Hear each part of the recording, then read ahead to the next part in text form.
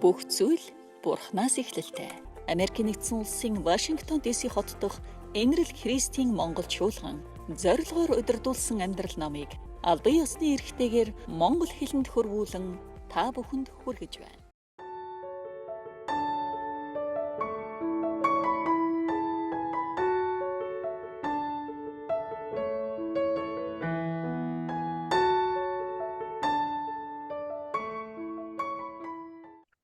За өнөөдөр 19 дугаар хичээл үзэх гэж байна. Бид нар одоо зорилгоор удирдуулсан амьдрал гэдэг ном үзэж байгаа. Тэгээд энэ номон дээрээс одоо бид нар юу суралцж байгаа вэ гэвэл хүмүүс бид нар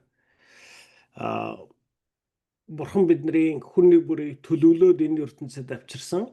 За тэгээд нэгэнт өөрөө төлөвлөөд энэ ертөнцид авчирсан бол тийм ээ. Одоо бид нарыг энэ ертөнцид амьдрах хугацаанд чухам одоо яг юуг хийж амьдраасаа гэж Бурхан хүсдэг юм бэ гэдэг энэ Бурханы хүслийн одоо бидний амьдралд тавьсан энэ Бурханы хүсэл төлөвлөгөөг бид нар ёсондоо суралцж байгаа гэсэн үг тийм ээ. Бид нар бүгдээрээ одоо ингээд энэ ертөнцид амьдраад Кристиан болоод явахдаа юу гэж ярьж эхэлдэг вэ гэвэл би ерөөсөө одоо миний амьдралд зориулсан Бурханы хүслийг л мэдмээр байна, Бурханы төлөвлөгөөг л мэдмээр байна. Тэгээ одоо яг тэр хүсэл төлөвлөгөөнд би үйлчлэмээр байна гэж бид нар маш их ярьдаг.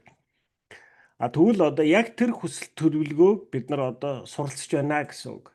Тэгээ одоо өөрөөр хэлбэл юу гэж байна гэхлээр за бид нар одоо энэ Библи дээрээс одоо Бурхан та биднийг энэ ертөнцид авчираад тэгээ одоо яг таны амьдралаас миний амьдралаас дараах 5 зүйлийг хүсч хүлээдэг гэж бид нар суралцж байгаа тийм ээ. Хамгийн нэгдүгээрх нь бид нар Бурхан биднэртэй 24 цаг хамт байдаг. Тэгэхээр тэр 24 цаг биднэртэй хамт байдаг Бурхантай бид нар бас амьдралаа хуваалцаж бас 24 цаг бид нар өөрсдөө Бурхантай хамт байж амьдрахад суралцах тийм ээ. Өөрөөр хэлбэл бид нар одоо бүх амьдралаа Бурхантай хуваалцаж амьдрах нь бидний одоо амьдралын хамгийн ихний амьдралдаа хийж үйлдэж амьдрах ёстой зүйл байна гэж сурсан тийм ээ. За одоо өнөөдөр бид нар одоо ингээ 2 дугаар зорилго үзэж байгаа. 2 дугаар зорилго нь юу вэ гэхлээр Бурхан биднийг одоо энэ өөрийнх нь итгэлийн ахан дүүстэй, өөрийнх нь одоо гэр бүлтэй нэгэн гэр бүл болж тэр хүмүүстэй хамт одоо нэгэн гэр бүл нэг итгэлийн ах дүүс болж амьдрахыг одоо Бурхан хүсч биднээс хүсч хүлээдэг гэж суралцж байна тийм ээ. Одоо бид нэг 2 дугаар зорилгыг суралцаад бид нар одоо ингээд 19 дугаар өдөрт хүрчээ явж байна.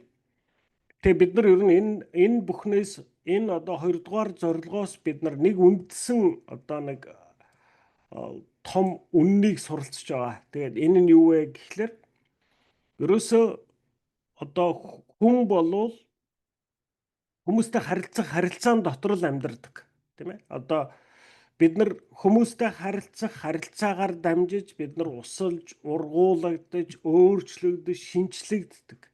Энэ хүмүүстэй харилцаагаар дамжуулж бид нар Бурханд бас үйлчлдэг гэж бид нар нэг юм үннийг суралцж байгаа. Тэгтэл одоо нэг асуудал гарч ирнэ тийм ээ. За бидний амьдралд одоо байгаа харилцаануудыг аваад үзвэл ерөөсөө тийм үр жимстэй юм уу? Одоо тийм асуудалгүй харилцаа гэвэл ерөөсөө бараг байдаггүй. Тэгэхээр өнөөдөр өөрөөр хэлбэл бид нар энэ 19 дугаар өдрөөс юу суралцах гэж байна гэвэл яаж хүмүүстэй харилцаа тогтооход одоо тогтоох юм бэ гэдэг одоо practical арга сурах гэж байна гэсэн үг. За тэгээд 19 дугаар өдөр хамт олныг бий болгох. Яаков 3:18 та нар бие биенийгээ хүндлэж зөв шударгаар харилцсан нэг нэгнтэйгээ эвтэйгээр нөхөрлөхийн тулд хичээнгүйлэн ажиллах хаваас Бурханы өмнө зөв, эрүүл, хүчрхэг хамт олныг бүрдүүлж чадах ба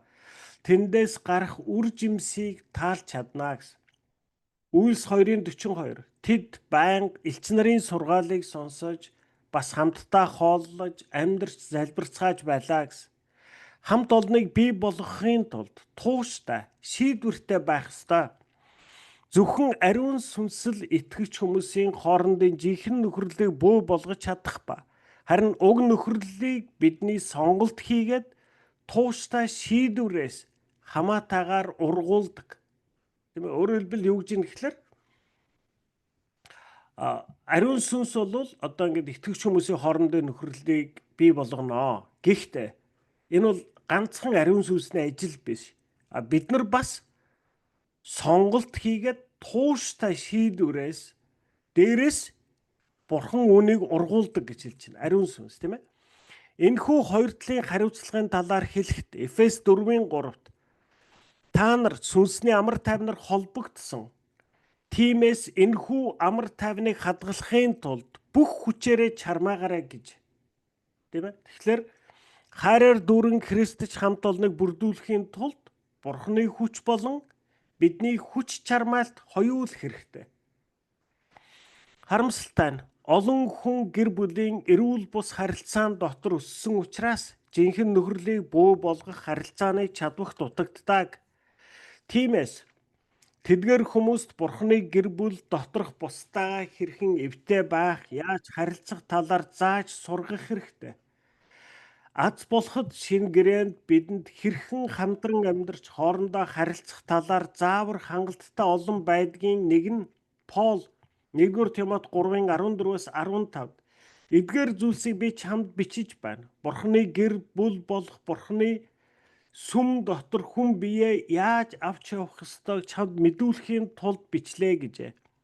Хэрвээ та хуурамч нөхөрлөлөөс залхаж өөрийн эсэн бүлэг сүм чуулгандаа жинхэнэ нөхөрлөлөөр дамжуулан бие биеэ хайрлсан хамт олныг бий болгохыг хүсэж байгаа бол зарим нэг хэцүү шийдвэр гаргаж эрсдэл хүлээх болох нэ гэж. За өөрөөр хэлбэл юу гэж юм? Тийм ээ? Таны одоо итгэлийн ахан дүүстэйгээ бий болгох харилцаа болвол хоёр талаас хийгддэг зүйлээ гэж, тийм ээ. Нэг талаас энэ бол Бурханы ариун сүнсний хүчээр хийгддэг зүйл. Гэхдээ ерөөсө Бурханы ариун сүнс байхлаар л тэр харилцаанууд аяндаа бий болоод ургаад л ингээд цэцэглээд үр жимс ургуулдгийн бишээ гэж. Бурханы ариун сүнс юун дээр ажилладаг вэ гэхээр бидний сонголт хийгээд тууштай шийдвэрээс хамааралтайгаар ургуулдаг. Өөрөөр хэлбэл та бид нар одоо Бурханы сүмийн өнөөдөр одоо би энэрл сүмийг хараад би юу гэж харах ёстой гэхлээр за энэ сүмд ирж байгаа нэг хүн болгоныг Бурхан бодож жогоод зориуд авчирсан, тийм ээ.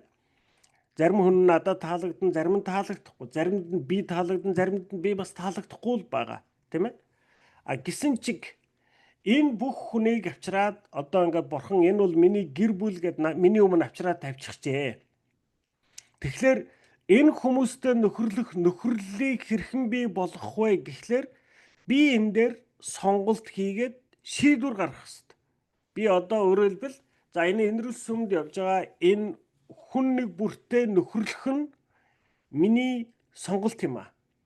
Тийм ээ. Би зөвхөн өөртөө таалагддаг хэдхэн хүнтэйг нэг юм групп болох биш, харин энэ сүм дотор өгөгдсөн хүн нэг бүртээ би харилцаа тогтооно гэдэг сонголтыг гаргана. Тэгээд энэ шийдвэр дээр тууштай зогсно. Тийм ээ. За би одоо сүмийнхаа нэг хүнтэй овоо ойртол нөхөрлж итэл нөгөө хүнтэйгээ ямар нэг харилцааны асуудалгаараа муудлаа гэж одоо муудангууд нь би за энэ бүтэхгүй ээ. Энэнтэй нөхөрлөхөө боллоо. За харин одоо өшөө хин байд нэмэ ингээ мандалмаатай ерөөсөө нөхөрлөнөө гэд ийм сонголт хийхгүй гэж байна. Өөрөөр хэлбэл би хүн нэг бүртээ харилцаа тогтоож тэр харилцааг ургуулan авч явах нь миний үүрэг. Үүн дээр би өөрөө сонголт хийх ёстой, мөн шийдвэр гаргаад тууштай зогсох ёстой. Ингэж байж л энэ харилцаа чи бий болно. Тэгэхээр энэ бол ганцхан сүмийг хэлж байгаа биш. Таны амьдралд байгаа бүх харилцаанууд дээр яг ижлэх. Тийм ээ. Таны гэр бүл доторх эхнэр хүүхэд нөхөртөөгөө харилцах харилцаа, ах дүүстэйгээ харилцах харилцаа, найз нөхдөдтэйгээ харилцах харилцаа, тийм ээ. Тэгэхээр бид нар бол Христчэн хүний хувьд биднэрт юу вэ? Бидний амьдралд өгөгдсөн бүх хүнтэй л миний амьдралд өгөгдсөн хүн нэг бүртээ, тийм ээ. Тэр харилцаа болгоныг өсгөж, бий болгож, өсгөж, ургуулж авч явах нь болвол миний ажил юм аа. Миний хүлээсэн үүрэг. Тэгэхээр би энэ сонголтыг хийх ёстой. Зөвхөн таалагддаг хэдхэн хүнтэйгээ биш.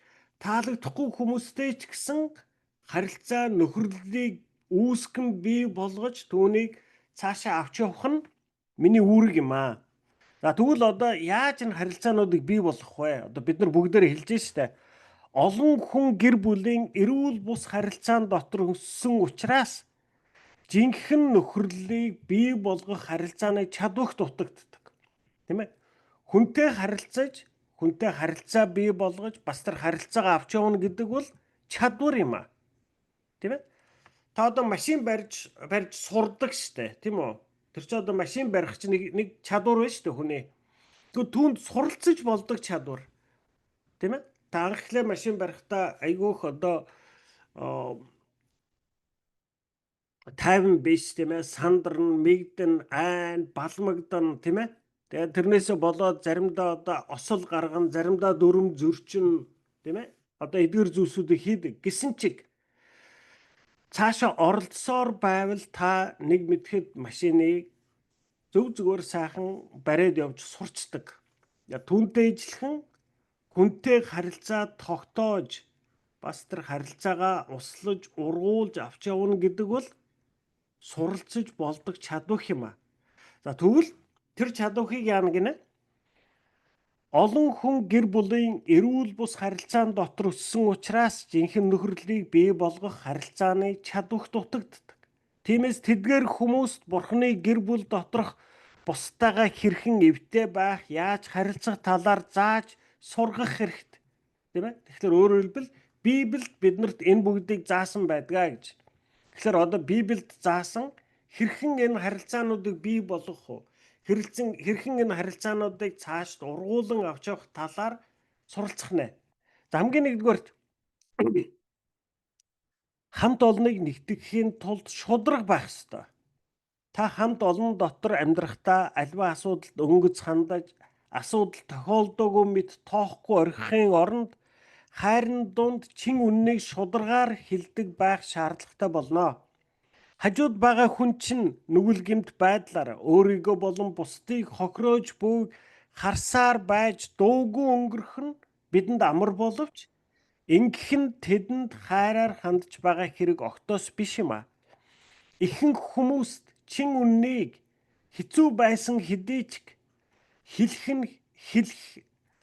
чин үннийг нь хэлэх хэмжээнд тэднийг хайрладаг хүмүүс амьдралд нь байдаггүй учраас тэд өөрсдөө ийхүү сүйтгэсэн хിവэр байдаг. Сайн өгүүлбэрийг дахиад сонсдоо.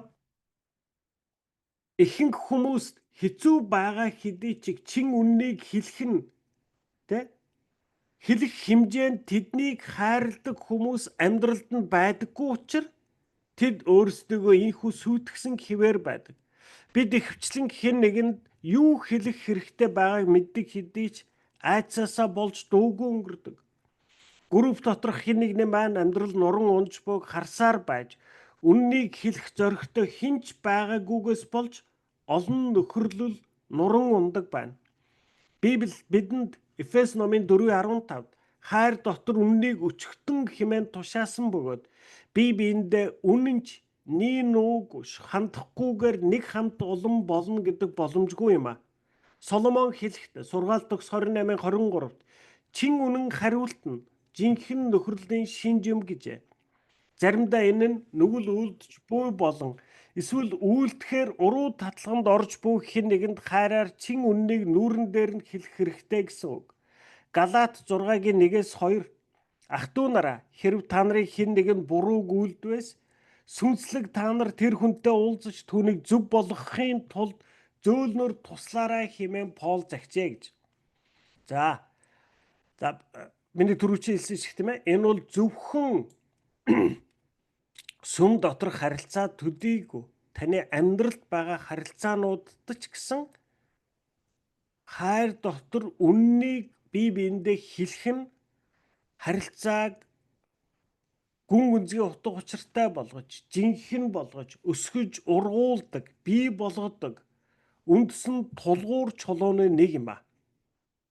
За одоо би жишээлбэл та нарт хэлье л да. За би одоо ингэ та нарт өмнө нь энэ түүхийг ярьж ирсэн.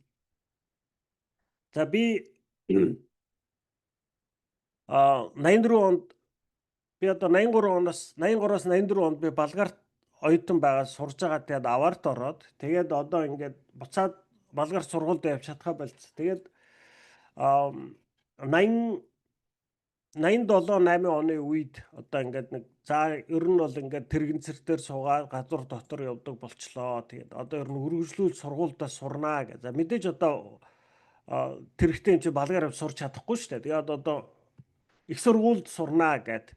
Тэгээ одоо нэгэсэнд одоо нэг балгаар сурж исэн хуваар их сургууль руу болгож шилжүүлэхгүй юу. За тэгсэн чи тэр үед одоо яасан гэхэлэр одоо миний одоо жоохон насны одоо миний бүр нэг хамгийн сайн найз маань бид хоёр бүр багасаа одоо ингээл физикч болно гэж ярьдаг. Тэгээд одоо физикч болохдоо төдийгүй одоо ингээд физикч болоод яах вэ гэхэлэр амар том нээлт хийдэн. За тэгээд одоо нээлт хийгээд одоо ингээд мундаг физикчдийг шүтээд л тийм ээ. Тэгэл одоо ингээд ерөөсөө тэр физикчийн чигээл мундаг физикч болоод л нээлт хийгээд л ер нь хүндрэлтэнд л одоо том амьдралд нь өөрчлөлт авчирсан нэг агуу алдартай физикч болчихно гэдэг нэг ийм одоо нэг ийм гинэн тийм романтик хүсэл мөрөөдөлтөй байлаа. Тэгээ бид хоёр одоо бүр жоохон хүүхд 5 6 дугаар анги байсан уу тий. Тэгээд шинжлэх ухааны академи хашаантч байдаг л Коперникийн хөшөөч байдаг л нэг одоо сайн санахгүй байгаа. Нэг хөшөөний өмнө очиод бид хоёр физикч болно гэдэг л тангараг өргөдөг тийм ээ. Одоо ингээ нэг тийм романтик нэг тийм хүсэл мөрөөдөл дотор байлаа шүү дээ. Тэгээд яасан гэхэлэр одоо манай найз болохоор 10 дугаар анги төгсөөд уг нь ингээд Германд сурахаар Германы бэлтгэлийн хуваар авсан. Тэгснээр нөгөөдөг чинь одоо Германы бэлтгэлийн хуваар авчихлаар яадаг гэхэлэр нэг жил Монголд байгаад одоо ингээд нэг герман хэл суралцах хэрэгтэй байхгүй юу. Тэгсэн чинь манай найз яасан гэхэлэр би ерөөсөө Герман явахгүй. Би их сургуулийн физикийн ангид ороод физикч болноо. Тэгээ би одоо ингээд алдартай физикч болох гэж байгаа шүү дээ бид хоёр чинь. Тэгээ манай найз ерөөс шууд Германыхаа хуваарийг солиод одоо ингээд их сургуулийн физикт орсон байхгүй юу. За тэгээд одоо намайг 87 88 болоод сургуульд орно гэсэн чи одоо нөгөө нэг миний нөгөө нэг амар мундаг физикч болоод одоо ингээд дэлхийг өөрчлөх гэж байгаа шүү дээ. Одоо миний нэг одоо манай найз битэрийн нэг тийм романтик хүсэл мөрөөдөл байж штэ. Тэгээ би яасан гэхэлэр би ерөөсөө одоо ингээд их сургуулийн физикт орноо. Би ер нь физикч болноо гэдэг нөгөө л нэг мундаг нээлттэй хийх гэдэг хүн штэ би. За ингээд зүтгэлээ. За тэгсэн чи яах вэ одоо ингээд манай гэрийнхэн одоо ингээд бүгдээрээ л дугаал намайг дэмжиж байгаа штэ. Одоо ингээд би чи одоо тэнд нэг мундаг нөгөө нэг ийм тэрэгтэй хүн одоо манай гэрийнхний ганц анхаарлын төв одоо ингээл намайг хөөх юм эв юм гэд одоо миний надтай үг зөрж хөлдөгч хүмгүй болцсон манай ээж авч намайг аргаддаг тийм ээ. За нэг тийм үе байлаа. За тэгээ яасан гэсэн чинь одоо ингээд их сургуулийн физикт ороод би одоо физикч болоод тэгээ бүрээс амар алдартай л эрдэмтэн л болох гэж байгаа хүн шүү дээ би. За ингээд яваад байлаа. Тэгээ сүүлдээ зүтгсээр байгаад за их сургуульд тэгсэн чи одоо нэг физикийн тэнхимдэр нь очиж уулзлаа. За тэгээд одоо ингээ уулзсан чинь баахан багш нар сууж байна. Тэгээд одоо ингээ сууж яснаа. Миний дэ одоо ингээ би одоо ингээ физикч болмоороос миний дэ хэцүү штэй л гэж. Тэгэхээр чи би чи яах надад хэцүү юм гэж байхгүй л гэж бодож байгаа шүү дээ. Би бол ер нь одоо ингээл амар ухаантай би чи одоо ерөөсөө бүр амар л эрдэмтэн болох гэж байгаа хүнд чинь хэцүү мэдүү гэдэг үг чинь одоо бараг л нөгөө нэг надаа юу ч бичлээ гэж бодож байгаа шүү дээ. Яг та нарт хэцүү юм байгаа би бол надаа хэцүү шээ би бол баллнаа л гэл ийм л нэг дэврэн бодолтой сууж байгаа шүү дээ. Тэгэд багш нар ингээд тэгсэн чи одоо яах гэсэн юм дээ гэл нөгөөдөл чи жоохон ингээл тэгсэн чи би яадын би ер нь заавал болно гэл ингээл байсан чинь за одоо яах вэ болох одоо абл авах юм да гэл. Тэгэд коридор руу гараад тэгсэн чинь одоо би ямар багш байсныг сандгүй. Ер нь бол нэг тийм нэг жоохон тэр үед одоо нэг 40 мөчөөд насны хүн байсан уу. Нэг ийм бор царайтай л нэлээд ширүүндүүл хүн байсан. Тэгээ тэр хүн миний хойноос гарч ирснээр над дээр хурч ирээд миний нүүрэл харсгаад хэлдэг байхгүй. Миний дөө чи вэштэй одоо физикч бол одоо их сургуулийн физик сураад чи юу болох вэ? Физикийн багш л болно. За ёо. За яг амар сайн сурлага заа нэг эрдэмтдийн ажилтаа одоо юу юм те нэг тиймэрхүү юм болно. Чамд хэцүү. Чи тэрний оронд ерөөсөө англи хэл сурч байгаа. Тэгвэл чи одоо ингээд орчуулагч ч юм уу хийгээд амьдрын штэ. Тэг ингэж хэлсэн байхгүй. Тэгсэн чинь ингээд би тэр хүнд ингээд дургу өрөөд байгаа байхгүй. Яг бол би чинь амар мундаг физикч болоод одоо ингээд нээлт хийх гэж байгаа хүн шүү дээ. Тэр мөрөөдийнхаа замд явж байгаа. Тэгээд одоо тэр намайг битээ ор гэдэг байгаа хүмүүс чинь миний тэр агуу мөрөөдлийн замд л одоо ингээд саад болоод байгаа хүмүүс шүү дээ. Тэгээд тэр хүн ингээд надад хэлсэн чинь миний доктор ингээд амар дургу хүрээд одоо ингээд бухимдал төржөлөөч гэсэн яг сэтгэлийн гүнд би юу гэж ойлгосон гэхэлэр энэ хүн надад яг үннийг хэлж байна. Яг энэ хүний зөв гэдгийг би яг тэр хүнийг хэлж яхад л ингээд цаанаа ингээд нөгөө нэг шууд ингээд хүлээгээд авчих шүү дээ. Яг үнэн. Энэ хүний хэлж байгаа яг үнэн шүү. Тэ? Тэгээ нөгөө талаас болохоор би одоо ингээд нүүрэн дээр ингээд ургунаал тэ одоо залуухан ч гэсэн ургунсан шаргунсан л царай гаргасан байх. Тэгэл би гэртээ хараад за би ерөөсөө англи хэл сурнаа гэд. Тэгээ тэр үед одоо ингээд тэгээд экструулийн физик мэдэх сурах хүслийг ерөөсөө тэгээд орхисон. А тэгээ юунаас болсон ерөөсөө ганцхан тэр хүний үгнээс. А тэр хүн одоо ингээд ирээд миний нүрэлүү харж агаад яг үннийг өгүүлэхэд тийм ээ. Би наанаа урган шаргансан ч гэсэн яг сэтгэлийнхаа гүнд энэ хүн яг үннийг хэлж байгаа гэдгийг би яг мэдсэн. Тэгэхээр энэ дээр одоо хэлж штэ бид нар чи хүнтэй харилцаа тогтоож нөхөрлөе гэвэл тийм ээ. Энэ сүм доторх хүмүүсийн хооронд харилцаа тогтооё гэвэл чи хүнд хүссэн зүйлийг нь хэлдэг биш харин үннийг хэлж чаддаг л хүн байх хэрэгтэй. Тэгвэл л жинхэнэ харилцаа тогтдог. За бид нар эсрэгээр яадгүй. Бидний толгойд нэг ийм ойлголт байдаг. Ерөөсөө одоо ингээд хэрүүлдэх муухай, маргах муухай, хүнтэй зөрчилдөх буруу гэсэн нэг ийм л ойлголт байдаг. А тэгээд хүмүүсийн хооронд марган зөрчилдөн үзэл санааны зөрүү гарна, заримдаа чанга дугаарч одоо хэрэлдэх, маргалдах үе байна. Энэ юмнуудыг дандаа энэ бол айгүй буруу муухай гэж бид нар боддог. Тийм ээ. Тэгээ бид нар энэний оронд яадаг болсон гэхлээр ерөөсөө л хэрэлдэж, маргалдаж, зөрчилдөхгүй л байвал тийм ээ. Тэгэл худлаа ярьдаг болж эхэлсэн. Хүнд яг бодож байгаа чин үннээ хэлж чаддаггүй. А зүгээр л хэрэлдэж, маргалдаж, зөрчил үүсэхгүй тулд бид нар худлаа дүр үзүүлж сурцгаас. Яг хэлмээр үг байгаа ч гэсэн хэлдэггүй. За хэлвэл ярьш хэрүүл болно. Өө тийм үү гэдэл тийм ээ. Тэгэл одоо намайг физикч болно гэд ингээд бахлаар тэг яг чи чадсан шүү нэрээ чи гэдэл ингээд дэмжих нь тэр хүмүүст амар. А намайг чи үгүй гэд хэлчихлээр би чинь өөдөөс нь урганаа, шарвганаа тийм ээ. Зүгсэн зүйл болно шүү дээ. Айгуул тэр хүнд муудна тийм ээ. А тэгэхээр хүмүүс тийм байдлаас зайлсхийгээд бид нар бие бинийгээ амьдралдаа буруу шийдвэр гаргаад, буруу хандлага гаргаад явахыг нь одоо явахыг нь бид нар ингээд зөвшөөрөөд байдаг. Тэгэд энэ маань яг үнэндээ болвол жинхэнэ нөхөрлөлийг үүсгэхэд гарч ирдэг хамгийн том садаа юм аа. Тэгэхээр бид нар бие биендээ хайр дотор үннийг хэлж сурах хэрэгтэй. Тухайн үед хүндүр байж болно. Тухайн үедээ одоо тэр хүн таагүй байж болно тийм ээ. За энэ бол ерөөсөө одоо миний амьдрал тохиолдсон ганцхан тохиолдол биш. Тийм тохиолдол зөндөө байна. Тэгээ би бас хэдэн жилийн өмнө ерөөсөө тэр миний нөгөө нэг аюу мундаг романтик те ерөөсөө ингээд нэг л агуу юм хийчих гэсэн энэ хандлага бол ер нь одоо миний бүр төрөлхийн зан юм шиг байгаа байхгүй ер нь ингээд би одоо ингээд эргээд хараад бодоход тэгээ хэдэн жилийн өмнө би бас амар том бизнес эхлэнэ гэдэг ингээд бөө юм болоо л те тэр нь 40 жилч хугацаа зарцууллаа 40 мөнгө зарцууллаа. Тэгээд тэр дунд миний нэг найз над руу яг харж агаад хэлсэн байхгүй. Наач бүтэхгүй. Тэгээ би бол дургуутсаж байгаа шүү дээ. Миний дотор шууд л дургуутсал төрж байгаа шүү дээ. Үгүй болно чи мэдэхгүй те.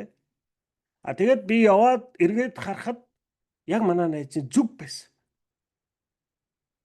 А тэгээд тэрийг нь би хараад өнөөдөр нь бол би ер нь тэр найзаагаа үнэхээр их үнэлдэг.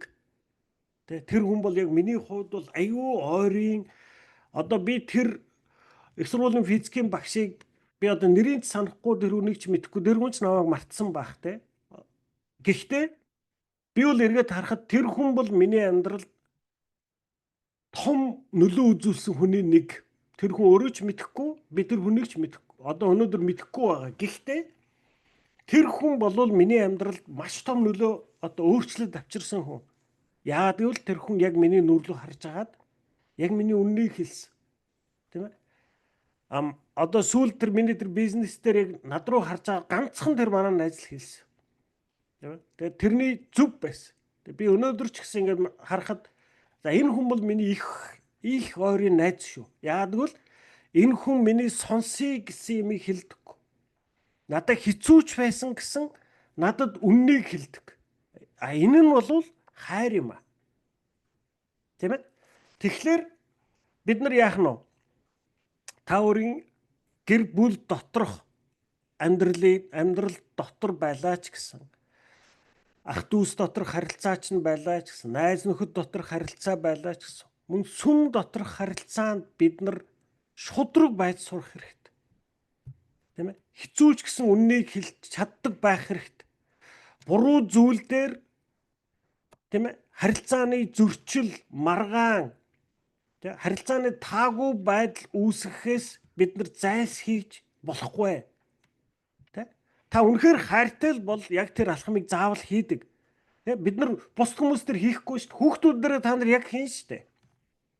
Хүүхэд чинь гадуур арх угаал тамхи татаал яваад байвал та одоо хүүхдэд хатуу хэлнэ шүү дээ. Ингэхгүй, болохгүй. Тийм ээ? Магадгүй та тэрнээс болж хүүхдтэйгээ муудалцаж болно. Тэрнээс болж та нарын харилцаа хөндөрч болно. Сар жилээрч холдож болно. Гэсэн ч та тэр хатуу үгийг чиний буруу ингэж болохгүй гэдэг үгийг хэлэх нь яг жинхнээсээ хайр юм аа. Хэлэхгүй өнгөрөх нь маргаан зөрчилдөөнөөс зайлсхийгээд тийм ээ? Өнгөрөх нь яг үнэндээ бол хайр биш юм аа. Тэгэхээр яг үүнийг л хэлж байгаа. Бид нар бие биендээ чин үннийг хэлж сурах хэрэгтэй. Тийм ээ? Хайр дотор тийм ээ? Тэгэхээр гэр бүл дотор ч гэсэн сүм чуулган дээр ч гэсэн маргаан зөрчилдөөн гарна гэдэг бол буруу муу зүйл биш ээ. Уучлаарай, энэ бол одоо ингээл бид нар бол нэг ийм нэг ер нь ингээд одоо кино ном зохиолоос болоод харамсалтай нь бид нар бол ер нь маш их тийм одоо тийм хуурамч юм уу те худлаа одоо тийм идеал дотор их амьдардаг. Маргалдаж зөрчилдөх муухай тэ зөрөлдөө одоо айл гэр дотроо хэрүүл маргаантай байвал айгүй муухайч гэдэг юм уу тийм ээ? Уучлаарай. Айл гэрт та нар одоо нэлээд удаан айл гэр болоод амьдраад үзсэн бол ер нь хэрүүл маргаан болгон муу биш шүү дээ. Тийм ээ? Ер нь хэрүүл маргаанаар айл ингээд уучраа олцдог юм зөндөө байна. Тэгэхээр ерөөсөө л ингээл хэрэлдэхгүй, маргалдахгүй, зөрөлдөхгүй л амьдрах гээд хичээгээд байна гэдэг нь өөрөө бас худлаа юм шүү. Ерөөсөө бодиттой биш. Тийм ээ? Тэгэхээр одоо хоорондоо хатууч гэсэн бие биендээ үннийг хэлж тийм ээ?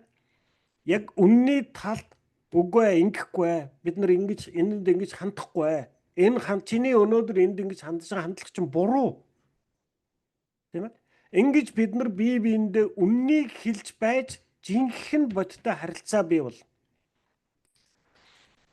олон сүм чуулган болон эсийн бүлгүүд хоорондоо зөрчилдөхөөс имэж өнгөцхөн хиймэл байдалтай хിവэр байдаг.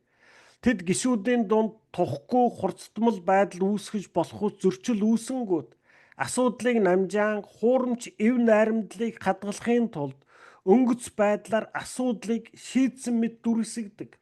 Инхийг сахиулагч нэгэн гинт үсрэн гарч ирээд хэрүүл маргааныг дарахын тулд хүн нэг бүрийг тайвшруулахыг хичээдэг ба энэ нь гол асуудлыг шийдлэггүй хүн бүр далд бухимдалтай хിവэрүүлдэнэ. Асуудал байсаар байгааг хүн бүр мэдж байгаа ч хинэн ч үүнийг ил гаргаж ярьдаг. Ийм байдал нь бие биесээ нууцлсан эрүүл биш орчныг бий болгодог ба энд л хов жив цэцгэлдэг.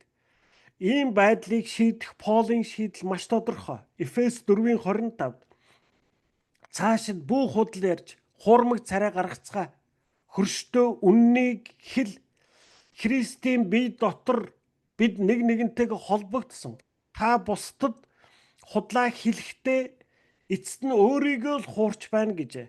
Гэр бүл, найз нөхөрлөл, сүм чуулгандаг жинхэнэ нөхөрлөл нь үнэн ч шудраг байдлаас л хамаардаг.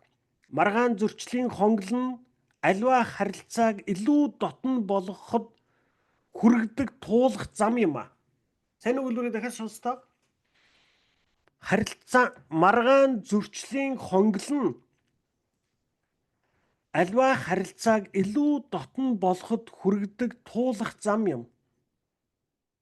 Тийм ээ. Эхнэр нөхөр ч гэсэн ер нь хизээч маргаж хэрэлддэггүй гэр бүлийг эхнэр нөхрийг одоо аюу сайн сайхан харилцаатай гэж бид нар бодох гэдэг. Эхнэр нөхөр хоорондоо маргаал хэрэлдээд л байх юм бол энэ аюу буруу муухай байна л гэж хэлэх гээд байдаг. Дандаа үнэн биш. Тийм ээ. Ялангуяа гэр бүл болоод эхний 3 жилээс хойш одоо гэр бүл дотор бол харьцангуй хэрүүл маргаан өсдөг гэсэн одоо тийм судалгаа байдаг. Тэгээ яагаад хэрүүл маргаанаар хоорондоо ингэж зөрчилдсөн энэ үл ойлголцол байдлыг ил гаргаснараа хүн болгон нөгөө хүнийг илүү сайн таньж мэддэг. Энэ хүн чинь ийм зүйлд уралдсан байна. Ийм зүйлд дургуутдаг юм байна. Би үүнийг үлдвэл энэний дараа манай гэр бүл дотор ийм зөрчил маргалдаан ийм хэрүүл үүснэ. Тийм ээ? Өөрөөр хэлбэл маргаан зөрчлийн хонгол нь аливаа харилцааг илүү дотн болоход хүргэдэг туулах зам юм. Харилцаан дахь далд саад тотгорыг ил болгон шийдэх сэтгэл гаргахаас нааш та нар бие биетэйгээ хизээч ойртож нөхөрлөж чадахгүй. Асуудал бэрхшээлд зөв зохистойгоор хандаснаар бид хоорондын зөрчлөө шийдэж бие биетэйгээ ойртон нөхөрлөдөг.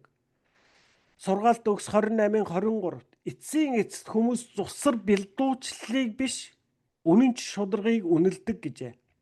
Тийм ээ? Тэгэхээр бид нар бие биеинд хайр дотор үннийг хэлэх хэрэгтэй. Тийм ээ? За би одоо ингээл өмнө нь бас нэг бизнес ажиллуулж байсан. Тэгээд ингээд нэг хэсэг явж байгаа л одоо ер нь аливаа бизнес ажил хийхэд тухайн ажил бизнесээс илүү тэнд байгаа хүмүүсийн хоорондын харилцаа л хүнийг хамгийн их ядраадаг. Тийм ээ? Бид нар бүгдээрээ түүнийг мэддэг. Ямар ч хүнд ажил байсан хүн ер нь хийцдэг. Ажил нь биш хүмүүсийн хоорондын харилцаа л биднийг хамгийн тухгүй болгодог, хамгийн одоо ядраадаг, бид нар туйлуулдаг зүйл бол хүмүүсийн хоорондын харилцаа. Тэгэл явж итэл ингээл харилцааны асуудлууд үүсээл. Тэгэл би харж байгаа сүүлдээ одоо ингээл нэг одоо тэр нэг нэлээд ингээл нэг ааш гаргаад хүнийг харж байгаа. За би энэтэй нэг муудалцнаа гэд. Тэгээ энэ хүнтэй би нэг бүр нэг сайн муудалцнаа гэд ингээ хүлээж идэг. Тэгэл байж байгаа л ингээл нөгөө хүн чинь ингээл улам яваал байна. Тэгээ би ч гэсэн нөгөө нөхөл төр гисгээл байна. Тэгж байгаа л нэг хоорондоо дэлбэрдэг байхгүй. Тэгэл наашир жагаа тэгээ хоёулаа ингээл офис дотор орж байгаа л тэгэл бүх зүйл одоо бүгдийг нь ингээд бүр хэл гаргаад чанга дуураа хашгираад ингээд маргаад ойлголцоод тэндээс гардаг. Тийм ээ. Тэгэхдээ ер нь бол зүгээр л нөгөө бид нар хэрэлдэхийн тулд хэрэлдэж байгаа биш. Ер нь одоо ингээд нөгөө хэрүүл маргаан зөрчил гэхлээр бид нар хэрэлдэхийн тулд одоо зөрчилдөхийн тулд эсвэл таны дотор ингээд уур хилэн дүүрчээд тэрнийг нөгөө хүн рүү гаргаж цацхын тулд хийж байгаа хэрэг биш ээ. Энэ дээр би тэр хүнтэй маргаж муудалцах та тийм ээ. Би одоо юуг ойлгуулдаг гэвэл хоёул маргаж муудалцаад салах гээд байгаа юм биш ээ. Тийм ээ. Би чамайг ажлаа салах гээд байгаа юм биш ээ. Хоёул ажилланаа. Энэ дээр чи ингэхгүй, энэ дээр би ингэхгүй. За яг юу нь болохгүй байгаа юм тийм ээ. Энэ асуудлыг л гаргаж ирэхийн тулд л одоо хийж байгаа маргаан зөрчил байхгүй юу? Тийм ээ. Тэгэхээр бид нар ерөөсөө тэр гэр бүлд ч бай альва харилцаанд марган зөрчилд нь бие биендээ бас одоо хатуугаарч гэсэн шудраг үннийг хэлэх нь худлаа бие биенийхээс аяыг дагаад худлаа биенийхээ хөлдөр гიშгчгүйгээд худлаа бие биендээ худлаа царай гаргаснаас хамаагүй дээр юм а гэж хэлж байна. Бие биендээ хайр дотор үннийг өгүүлэх нь нөхөрлөлийг бий болгодог юм а гэж хэлж байна. Шудраг байна гэдэг нь юу санснаа хаанч хизээж хамаагүй хэлэх эрх биш бөгөөд бүдүүлэг байна гэсэн үг огтоос биш юм а. Библи бидэнд аливааг үйлдэхэд өөрийн зөв цаг болон зөв зам байдаг хэмээн сануулж байна. Бодлогогүй үгсэн насан туршийн сэтгэлийн шарах үлдээдэг тул Бурхан бидэнд сүм чуулганы гишүүдтэйг хайрын доторх харилцааг ятгах байна. 1-р Тимот 5:1-2-т өөрөөсөө ахмад эрийг бүүш хэрүүн зэмлээрэй. Харин эцэг шигээ ятгаарай. Залуусыг ах дүүс шигээ, настай эмэгтэйчүүдийг эхчүүд шигээ, залуу эмэгтэйчүүдийг эгч дүүс шигээ үзэж ярилцаарай гэж. За одоо бид нар одоо эхний хэсгээр юу гэж хэлсэн тийм ээ? Бид нар бие биендээ хайрын дотор үннийг хэлэх хэрэгтэй. За хайрын дотор үннийг хэлэхэд нөгөө хүнд дандаа таатай байдаггүй тийм ээ? Би одоо хэлж шээ. Надад манай одоо тэр хүн багш ирээд бас манай найз надад яг үнэн бодлоо хэлэхэд нь сонсоход надад хэцүү байсан. Надад хөндөөр байсан. Надад таагүй байсан. Тийм ээ? Тэгэхээр хэрв надад хөндөөр таагүй байвал миний хамгийн анхны реакц хариудны удаа би ерөөсөө бие л өмөрнө. Нөгөө хүнийг буруутгах, тийм ээ? Харилцаанд дандаа ийм зөрчил үүсдэг. Гэсэн чиг ийм зөрчлөөс хилэнгүүд энэ хүн ууралч нь, гомд чинь, буруугаар ойлгох чинь, тэгээ би энэ хүнтэй одоо надтай ингээд дургу болчихно гэдэг айдсаас болоод хэлэхгүй байх нь өөрөө шудраг бус юм аа. Чи үнэхээр хэлэх хэмжээнд чиний сэтгэлийн зориулалт гарч байгаа бол энэ жинхэнэ хайр, энэ бол жинхэнэ нөхөрлөлийг бий болгодгоо гэж байна. За эхний хэсэг нь энэ. Хоёр дахь дээр нь юу гэж хэлж байгаа юм гэхэлэр за би одоо өөрийгөө шудраг байна гэд яг миний бодол айгүйх буруу байж болно шүү дээ. Ер нь тийм ээ. Одоо ингээд та нар ч гэсэн өөрсдөө амьдралаас харж байгаа байх. За ер нь одоо ингээд би өнгөрсөн амьдралаа эргээд харахад ер нь бол алдаа бол маш их. Буруу зөрүү ойлгож аливаад буруу зөрүү хандсан хандлага маш их. Ер нь зөвөөсөө буруу нь маш их байсан. Одоо ч тийм байгаа. Би одоо өнөөдөр ч гэсэн би өөрийгөө айгүй зөв юм хийж байгаа л гэж бодож байгаа. Гэхдээ миний амьдралын туршлага надад юу харуулж байгааг бол би зөв гэж бодоод хийж байгаа ч гэсэн энд заавал алдаа байгаа шүү. Ганцөргөө. Тийм ээ?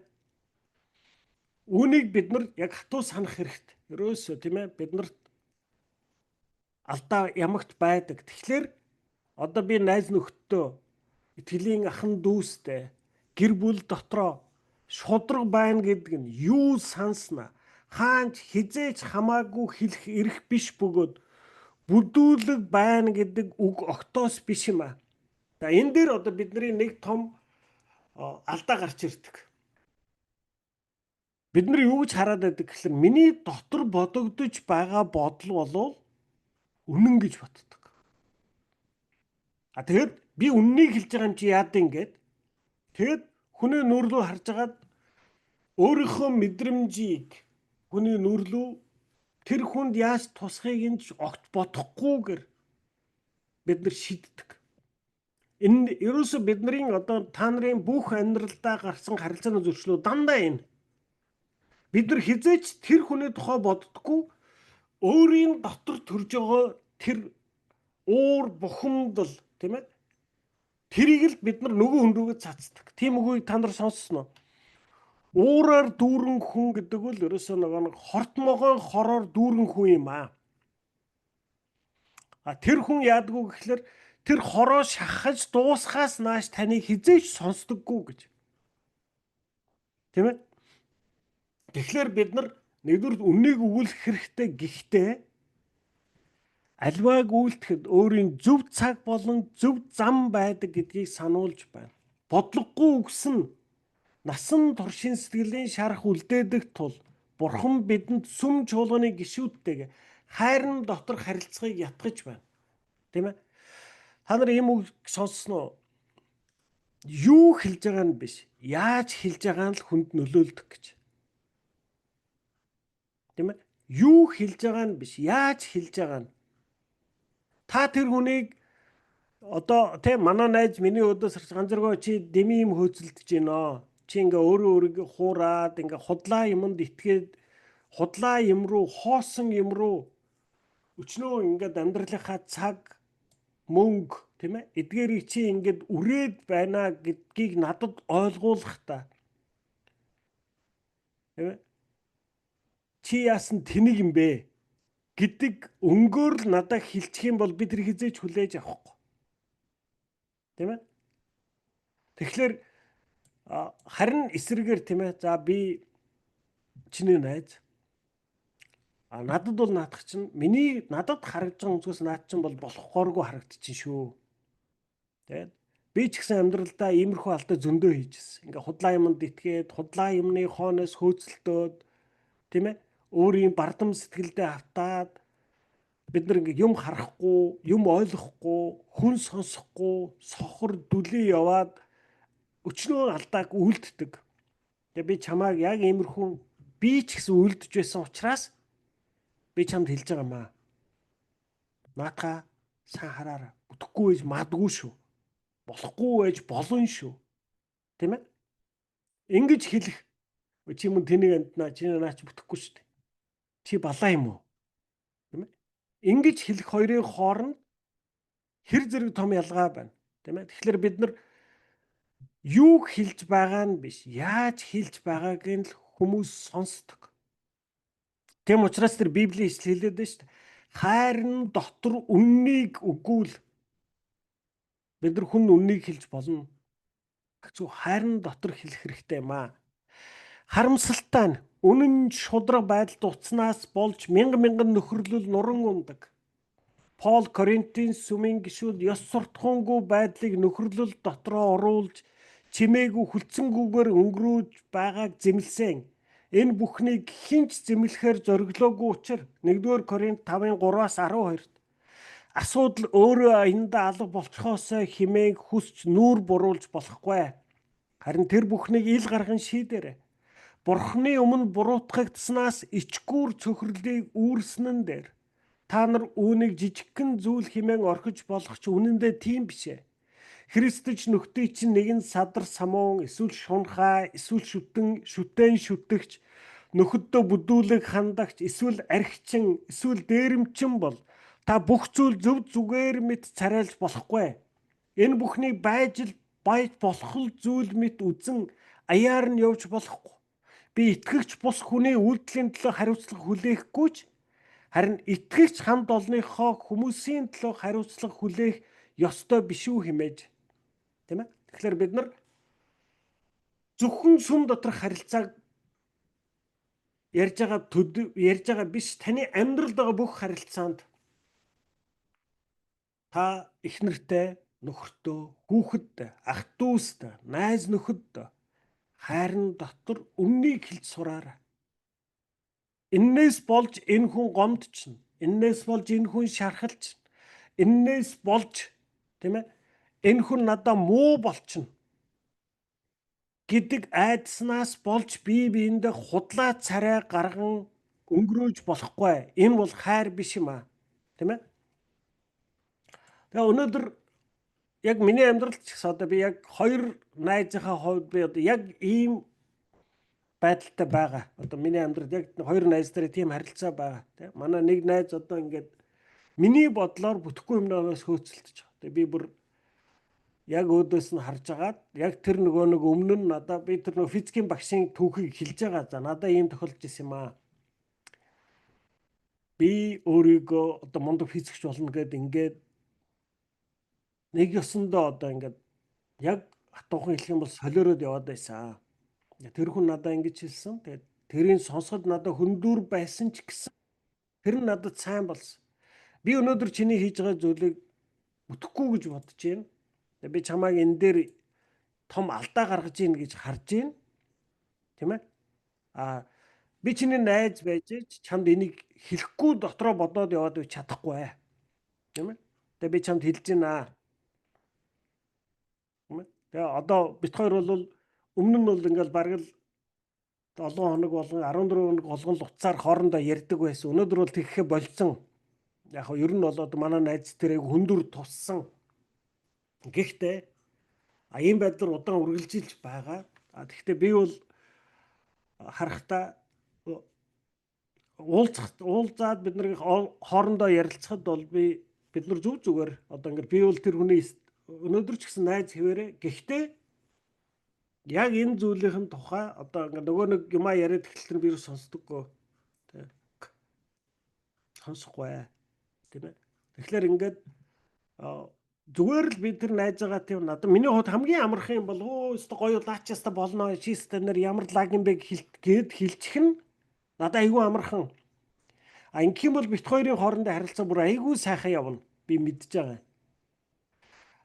Яг л одоо манай тэр найз бол ерөөсө дэмжсэн үгийг л хайж амьдарч байгаа. Тийм ээ. Тэгэхээр би одоо тэрийг нь хэлчих юм бол яг тэр өнөө хүсэж байгаа зүйлийг өгчих юм бол бит хоёр бол хоорондоо бүр амар ортно. Гэхдээ энэ нь миний хувьд үнэн шударга зүйл биш ээ. Өмнөөс бол бит хоёрын харилцаа холдсон уу холдож гин хөндөрсөн үү хөндөрсөн. Гэхдээ би найздаа яг үнэндээ би тэр хүний хийж байгаа зүйлийг юу гэж бодож байгаа, бүтэхгүй гэж бодож байгаа наадхаас ч болж бас ийм үр дагавар гарч болно шүү гэдгийг би хэлэхгүй байж чадахгүй байгаа, тийм ээ. Гэхдээ яг би бол юу гэж харж байгаа гэхээр би найздаа өнөөдөр ч найз, миний хувьд сайн найз мөн. Зүгээр л бидний харилцаа тодорхой хэмжээнд зайтай байгаа хүйтэн байгаа. Энэ бол одоо миний үүрэх ёстой ачаа, тийм ээ гэж харж байгаа. Тэгэхээр бид нар одоо жинхэнэ нөхөрлөлийг тийм ээ бий болгоё гэвэл бид нар биеиндээ хайрын дотор үннийг хэлж сурах хэрэгтэй. Бас үннийг хэлэхдээ яаж хэлэх вэ? Хизээд хэлэх үү гэдэг дээр бид нар бас ухаан зарах хэрэгтэй, сэтгэл зориулах хэрэгтэй юм гэж хэлж байна. Тэгэхгүйгээр бид нар ерөөсөө нөгөө нэг өнөөдөр хүртэл бид нар явж ирсэн шиг миний дотор санагдчихл байл тэрнийг гаргаад хүн рүү шидчихдэг. Зөв үү, буруу юу, шудраг бус уу, тэр хүнд хэрхэн тусч байгаа, тэр хүнд ойлгох уу, ойлгохгүй юу, яаж хэлвэл ойлгох, хизээ хэлвэл ойлгох юм, тийм ээ. Тэр талаар бид нар боддгоо. Бид нар ерөөсөө үннийг хэлж байгаа юм чи яадгийн гэл ингээд хүнийг ерөөсөө нэг борохоогоор цохиж унгаал яваад байдаг. Тийм ээ. Энэ бол бүдүүлэг байна гэсэн үг биш. Зөвхөн өөрөөрөө дүүрэн байна гэсэн үг бас биш юм гэж хэлж байна. Дараагийн ялхам. Хамт олныг бий болгоход даруй байдал хэрэгтэй. Нөхөрлөлийг хамгийн хурдан нураадаг зүйлс бол өөрийгөө бусдаас илүү чухал хэмээн үзэх, амжилт ололтоороо хэд гайхуулах, зөрүүдлэн бардамнах юм. Бардам зан хүмүүсийн хооронд хан босгодог бол даруй зан гүүр болдог. Даруй байдал нь хүмүүс хоорондын харилцааг зөөлрүүлэн эрүүлэх тос адил. Библиэд 1-р Петр 5:5 та бүгд бие биедээ даруй хандах хандлагаар өөрсдийгөө хувцсал хэмээн айлджээ. Нөхөрлөлд өмсөх таарсан хувцсан даруй байдал юм шүү. Энэ ишлэлийн үргэлжлэл хэсэг нь 1-р Петр 5:5 учир нь бурхан бардам хүнийг эсэргүүцдэг, харин даруй хүнд нэгүүлсэж ханддаг гэжээ. Бардам зан нь бидний өсөлт, өөрчлөлт, эдгэрэл хийгээд бусдад туслахад хэрэгтэй бурханы нэгүүлслийг хаадаг ба энэ нь бидний даруй баах бас нэгэн шалтгаан юм а. Тийм ээ. За өөрөөр хэлбэл өөрийгөө бусдаас илүү чухал хэмээн үзэх, амжилт ололтоороо хит гайхуулах, зөрүүлэн бардамнах юм а гэж. Та үнийг үлддэг. Тийм ээ. Харамсалтай нь хүн болгонд яг энэ зам байдаг. Тийм ээ. Хүн болгон бол яг тодорхой хэмжээнд нарциссист байдаг. Тийм ээ. Нарциссист гэдэг чинь одоо ямар хүн хэлж байгаа гэхээр би дандаа гол дүр, та нар бүгдээрээ туслах дүр байхгүй. Тэгээ миний амьдрал тохиолж байгаа зүйл бол хамгийн том үйл явдал, та нарын амьдрал тохиолж байгаа зүйл бол дандаа жоохон зүйл. Тэгээд нарциссист хүн яадаг бол миний тухай л яриад байвал айгүй дуртай сонсдог. Та өөрийнхөө тухай яриад эхлэх юм бол миний сонирхол байхгүй болчдөг. Тийм ээ.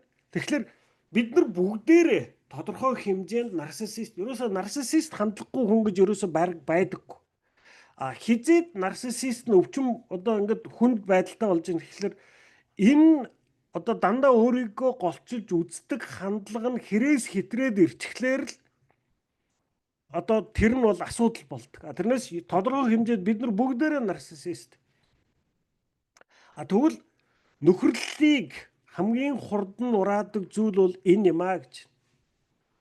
Та хүссэн хүсээгүй өөрийгөө хамгийн чухал гэж дандаа бодож байгаа.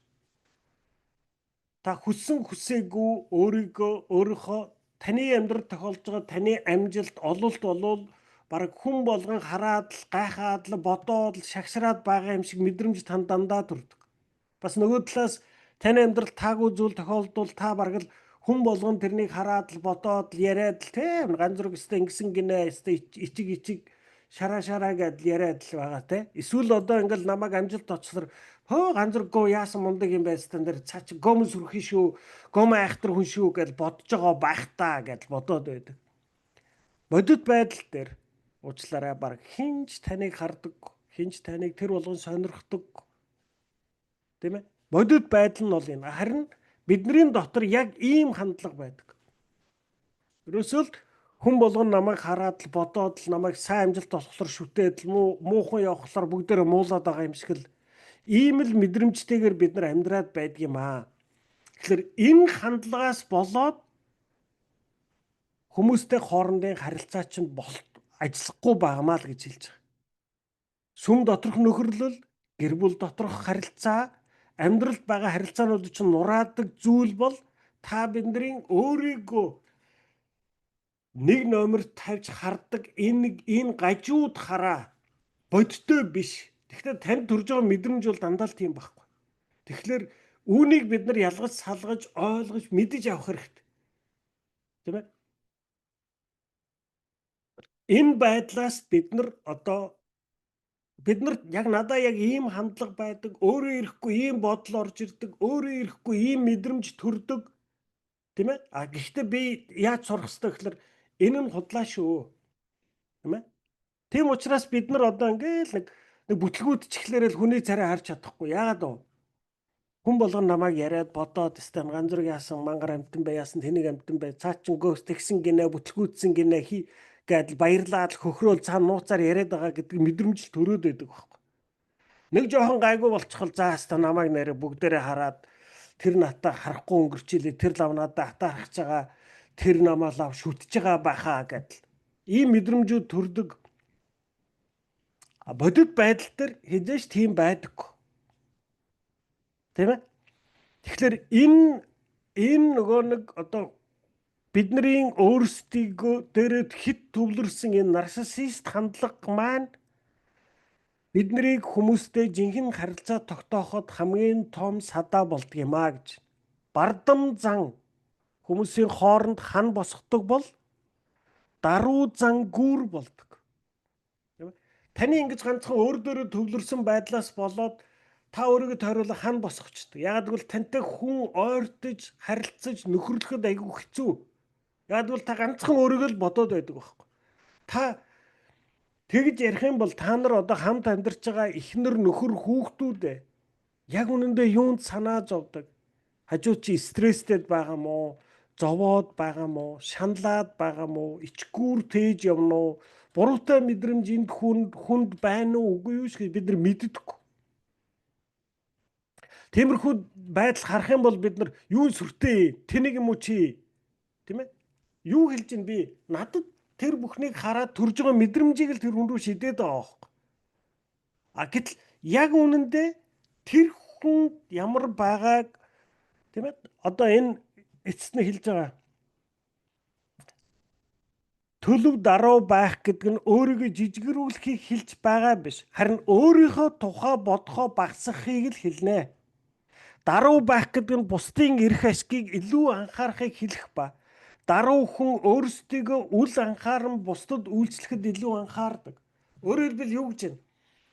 Харилцаа бий болгоё гэвэл даруй зан хэрэгтэй гэдэг чинь юу гэж байна гэхлээр та тэгэж нөгөө нэг танд одоо угаасаа төрөлхөөсөө байдаг өөрийгөө дандаа голдуу, өөрийгөө л дандаа хамгийн чухал, таны амьдрал тохиолж байгаа зүйл л хамгийн чухал, таны амжилт хамгийн мундаг, таны ичгүүрл хамгийн бус бүх хүмүүс хараад л яриад бодоод байдаг юм шиг ийм төрлөх хандлагаасаа бид нар салж, үүнийгээ дарж, үүнийгээ одоо ингээд бодиттой байдалд аваачиж сураад эсэргээр өөрийнхөө дээрээ төвлөрөхөөс илүү хажуудах хүнээ харж нөгөө хүн дээрээ төвлөрч чадах хандлагыг л даруй зан гэж хэлж байгаа.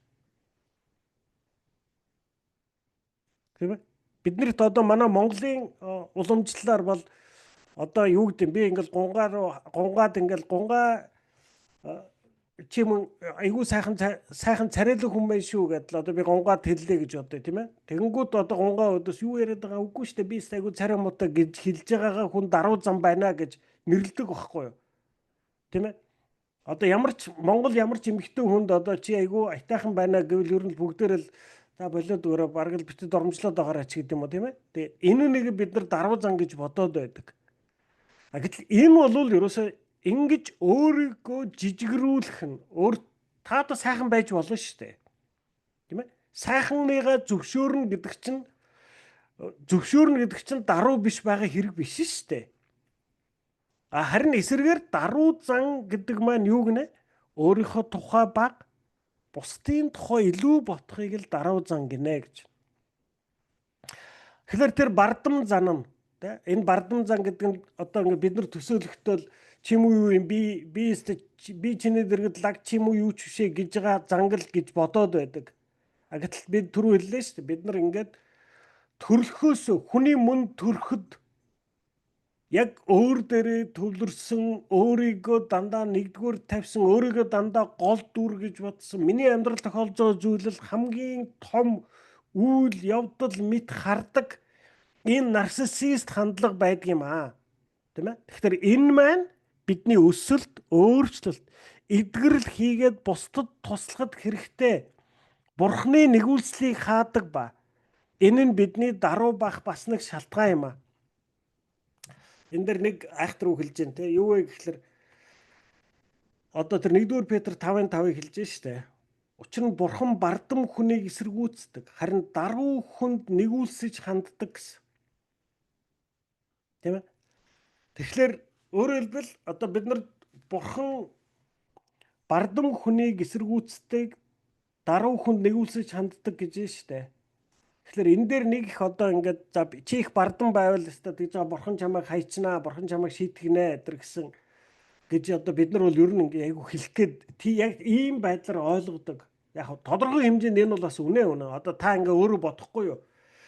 Та одоо ингээд хүүхдтэй эцэг их бол одоо өөрийнхөө хүүхдэд яадаг вэ?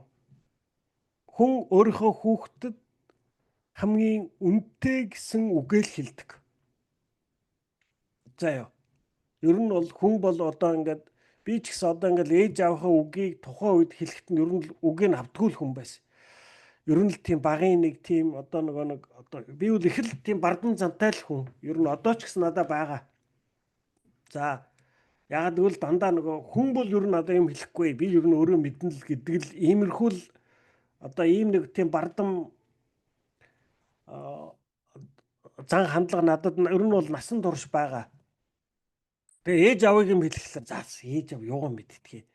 Тэгэл дандаа л нэг ийм нэг хоцрогдсон социализмын үеийн нэг юм балаа юм те ингээд хийсвэр ёс суртахуун ингээл хүнд тулгаад л те. Тэгээд зүгээр ч тулгачихгүй ядаж тэрнийг ингээ бас айгу буруутай мэдрэмжтэй ичгүүр төрүүлэх гэж оролддог. Ингээд байвал муухай байдгийн шүү ч гэх те. Гэтэл ингэж эсэргүүцдэг. Би одоо ингээд ээж аавын ийм хэлж байгаа үгийг айгүйх тэгж хүлээж авдаг байсан. Тэгээ явж байгаад өөрөө эцэг их болоод ингээ амьдарч яваад би юу харсан бэ гэхэлэр хүн чинь хүүхэдтэй ер нь ингээл өөрийнхөө амьдралд алдсан, онсон одоо нөгөө нэг цус хөлсөөрөө олж мэдсэн тэр хамгийн үнэтэй үгэл хэлдэг юм байна шүү дээ ер нь. Зүгээр л нэг хийсвэр үг хэлдэггүй юм байна. Хүн чинь өөрийн хүүхдэд миний хөө бити ингэдэм шүү гэд өөрөө тэрийг нь туулаад үтцсэн. тэр өөрөө тэндээс өвдөөд үцсэн тэр одоо хамгийн нандин үгээл хэлдэг юм байна.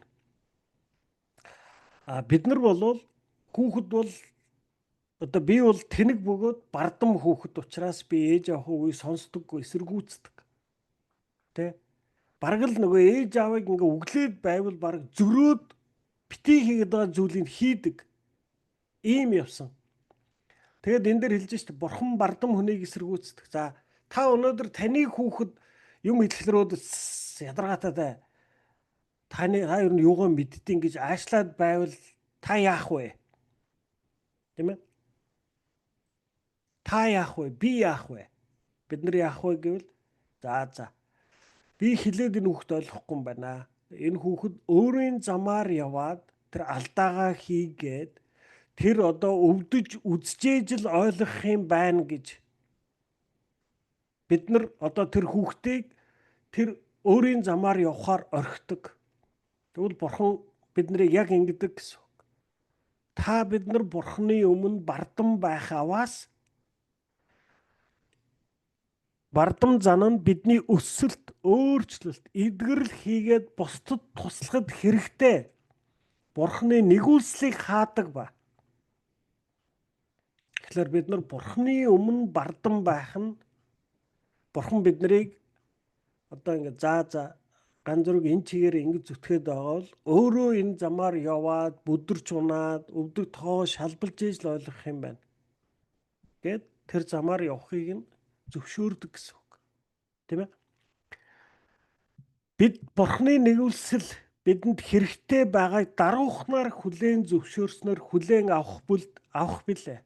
Бардамнах бүртээ бурханы эсрэг амьдарч буй тухай Библи бидэнд сануулдаг бөгөөд энэ аюултай бас тэнэг амьдрал юм аа. Тийм ээ? Бурхан намайг ганцаараа бити ийшээ ингээ бити энийг хий. Энэ буруу гэж хэлсээр байтал зөрөөд хийх нь аюултай бас тэнэг амьдрал юм аа.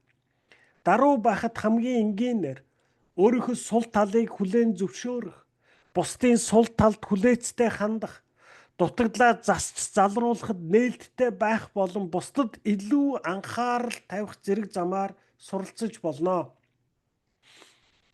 Ром 12:16-д нэг нэгнтэйгээ эвтэй амьдр. Бусдаас илүү чухал хүн мэд бүү айшил. Жирийн хүмүүстэй хамт баярлаж сур. Өөрийгөө бүхнийг мэднэ гэж бүү бод хэмээн Пол зөвлөсөн байна. Мөн тэрээр Филиппойд Христ итгэгчдэд хандан Филиппой 2:3-4-т өөрөөсөө илүүгээр бусдад хүндлэлийг өг. Зөвхөн өөрийн амьдрал дээр бүү төвлөр, харин бусдын амьдралд ч анхаарч бай гэж бичжээ. Төлөв даруй байх гэдэг нь өөрийгөө жижигрүүлэхийг хэлж байгаа биш, харин өөрийнхөө тухай бодохоо багасгахыг л хэлнэ. Даруй байх гэдэг нь бусдын эрх ашгийг илүү анхаарахыг хэлэх ба даруй хүн өөрсдийгөө үл анхааран бусдад үйлчлэхэд илүү анхаардаг.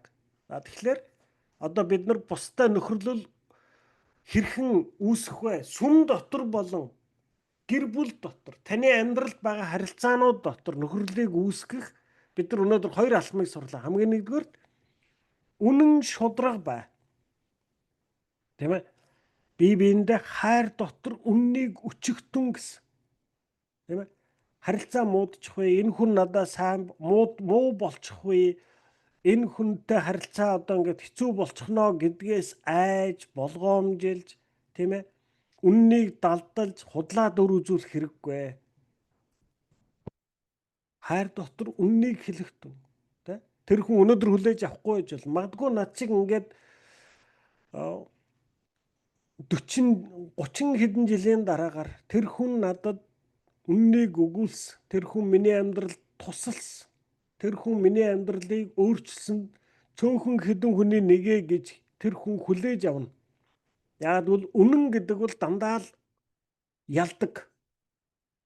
Өнөөдөр биш байж болно, маргааш биш байж болно. Бидний хүссэн цагт биш байж болно. Гэхдээ үнэн гэдэг бол дандаа л үнэн байдаг. Тийм учраас үннийг хайр дотор өгвөл хоёрдугаарх нь аливаа харилцааг бий болгох нь бид нар нэг өөрсдийн мөн төрхийн хандлагыг харж штэ. Бид нар бүгдээрээ тодорхой хэмжээнд нарциссист. өөрийгөө бусдаас дандаа илүү гэж бодно. Ерөөсөө л би өөрөө л энэ ертөнцийн төв юм шиг. Миний бодол дандаа зөв. Надад төрж байгаа мэдрэмжил одоо хамгийн тодорхой, хамгийн үнэн зөв гэж бид нар боддог. Миний уур хүрээд байгаа бол тэр уур хүрэх шалтгаан байгаа учраас л уур хүрж байгаа. Тийм ээ? Миний амьдралд сайн сайхан үйл явдал тохиолж байгаа бол энэ бол миний ертөнцид болж байгаа хамгийн том үйл явдал. Бид нарт бүгдээрэнд ийм нарциссист, ийм хандлага байдаг. Энэ нь биднийг ийм бардам, хатуу зүрх сэтгэлтэй хүмүүс болгодог. Тэгвэл энэ байдлаас болоод бид нар хүмүүстэй харилцаа тогтоож чаддаг. Тэгвэл хүмүүстэй харилцаа тогтоох зам нь юу гэнэ? Та өөрийн энэ байдлыг мэдээд, таниад, өөрийн энэ байдлыг та одоо ингээд нэг өсөнд хандл хийж сур. Тийм ээ? Тэгээд нөгөө хүний анхаарч сур. Тийм ээ? Одоо гэр бүлтэй хүмүүс байвал та өөрөөсөө асуу. Манай эхнэр, манай нөхөр юунд санаа зовж байгаа? Ямар амьдрал туулсан юм? Тийм ээ? Юунд өнөөдөр стрессддэг? Ямар ичгүүрийг тээдэг? Ямар буруутай мэдрэмж энэ хүн дотор байдаг? Энд юунд эмзэгэлдэг? Юунд баярлдаг? Тийм ээ? Хүүхэд чинь. Тийм ээ? Таны бодлоор, таны харж байгаагаар хичнээн тэнэг тэр одоо нөхрийн чинь юм уу эхнэрийн чинь ичдэг, дургуутдаг зүйл хичнээн тэнэг харагдаж болно. Гэхдээ таны бодлоор хичнээн тэнэг байлаач гэсэн тэр хүний хувьд бол тэр бол маш хүчтэй л тэр хүний амьдралыг жолооддог хүч болцсон байдаг. Түүнийг нь таньж мэднэ. Тийм ээ? Тэр нь буруу зүйлс байвал тэдгийг нь давж гарахт нь хамтдаа туслах нь. Энэ бол ингэж хандах хандлага бол даруй байдал юм байна. Энэ байдал хүмүүсийн хооронд нөхөрлөл харьцааг бий болгодог. Тэгэхээр өнөөдөр бид нар харилцааг бий болгоход хоёр чухал зүйлийг үзлээ. Бид нар үннийг өгүүлэх хэрэгтэй. Хайр дотор үннийг өгүүл. Хоёрдугаар даруй байдлын хувцсыг өмс. Тийм ээ? Даруй байна гэдэг нь өөрийгөө үгүйсэхийн нэр биш. Өөрийгөө жижигрүүлэхийн нэр биш. Өөрийн сайн чанаруудыг худлагаасаа хүлээж авахгүй, зөвшөөрөхгүй байгаа мэт ажлахын ч нэр биш. Харин юу гэнэ? Өөрийнхөө тухай баг, тэр хүний тухай ихийг бодох нь, тэр хүнд сэтгэл зориулах нь энэ бол даруй төлөв байдал юм аа гэж. За тэгээ өнөөдөр энэ түрээ зогсъё. Бид нар дараагийн 7 хоногт цаашаа үргэлжлүүлээд дахиад бусдаа хүндэтгэлтэй хандах нь мөн бусдаа нууцыг хадгалдаг байх бас байнга уулзаж нөхөрлөх хэрэгтэй гэсэн эдгээр зарчмуудыг хамтдаа суралцнаа.